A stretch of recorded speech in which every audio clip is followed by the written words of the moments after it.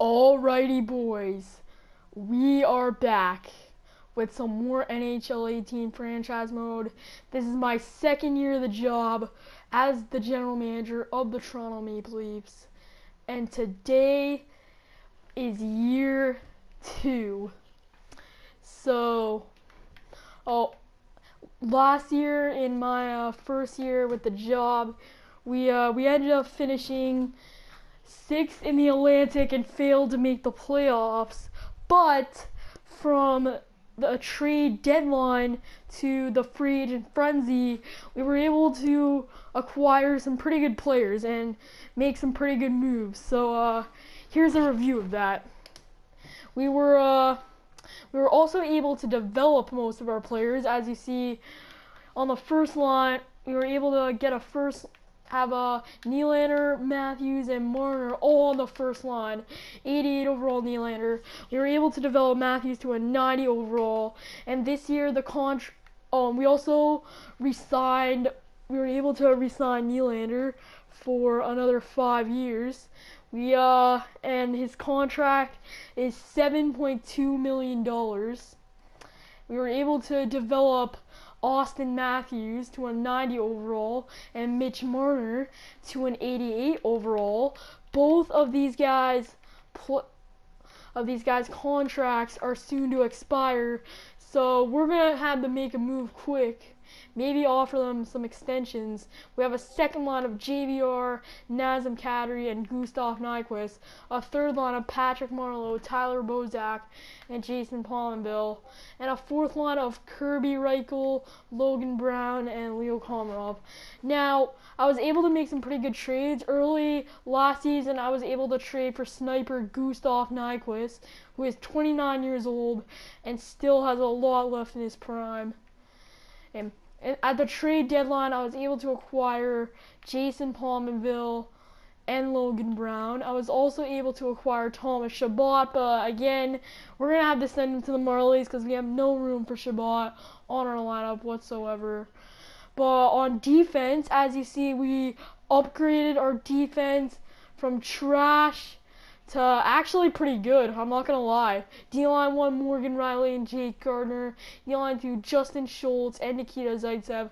I acquired Justin Schultz in episode 1. I traded, I forget who I traded, but I traded I think a few picks for Justin Schultz.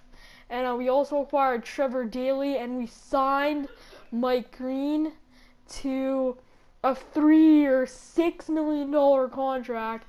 He was the number 1 free agent on the free agent market, and goaltending our average an 80. We were able to develop Anderson to an 87 overall. We have Frederick Anderson, and we were able to develop Pickard to an 82 overall. Anderson and Pickard is our goaltending core. Obviously, Anderson's starter and Pickard the backup. So yeah, that is our lineup so far. But in the draft, we were we also signed Van Riemsdyk, but we have no room for him in our defensive lineup as well. Our defense is stacked. In the draft, we were able to draft Riley Souter. Let's go take a look at him. We had the 10th overall pick in the draft. We drafted Riley Souter. He's 18 years old, 6'2", 198 pounds. 95 pounds. I'm not going to sign him to a contract yet. I think next year I'll sign him to a contract. So as you see, we drafted him 10th overall in the first round. He's predicted a top 9 forward, 2-way forward, right wing. And he shoots right. I looked up his stats. In real life, in the 2016-17 season, he scored 20 goals and put up 18 assists, I think. So he pretty much averaged, as we know right now, he averages 20 goals a season for the Everett Silvertips in the WHL. I can also tell that he gets injured a lot too, because in the 2015-16 season he only played 37 games and only had 1 goal and 3 assists, 4 points, which is pretty bad even for 37 games. So that is pretty bad. Now let's go for more of our rookies. More of our unsigned rookies. I'm thinking of signing Ian Scott. Scott will work good. I'm gonna sign him to oh my god, a $875 contract. $8.875 million, I think. Is it 0.875 million or 875K? I don't really know. There is an M, so I'm guessing million. I'm gonna give him a 3-year entry-level contract. And he signs. He joins the team. Welcome to Toronto, Ian Scott. So I'm planning on offering a contract of Riley Souter next season, just not this season. Maybe next season or the season after. I'll have him playing for the Marlies.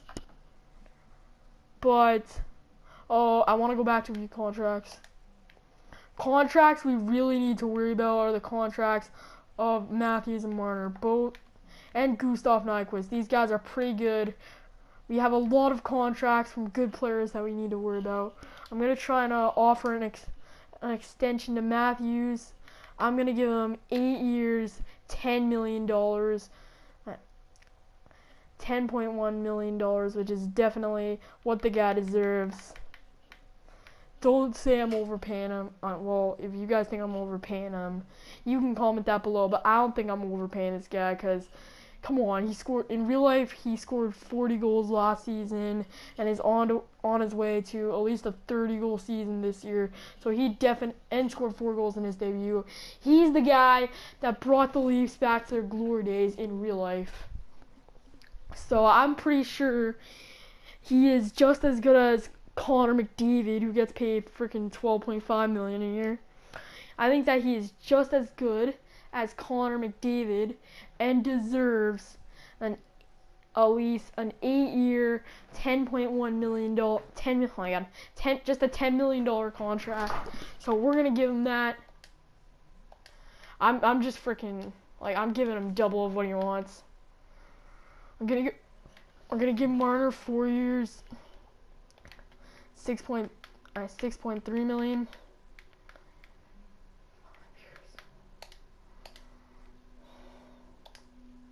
We're gonna give Nyquist. I like the new feature how you can offer extensions. $5.2 million for 3 years. And I will worry about these contracts later. I don't even know why I offered Nyquist an extension yet, because his contract doesn't end until next year, but still. Marner, the contracts of Matthews and Marner, there are freaking worries. So we're gonna go to edit player. I'm gonna turn Matthews into a sniper because it's obvious that Austin Matthews is a sniper. He plays like a sniper. To be honest, he's more of a sniper than a playmaker. So we're gonna turn Austin Matthews into a sniper. How can we do that actually? I mean, I've seen a YouTuber Boro do that.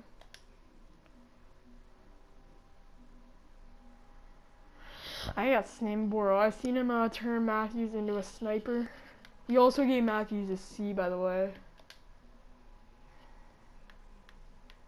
So we're gonna turn him into a sniper.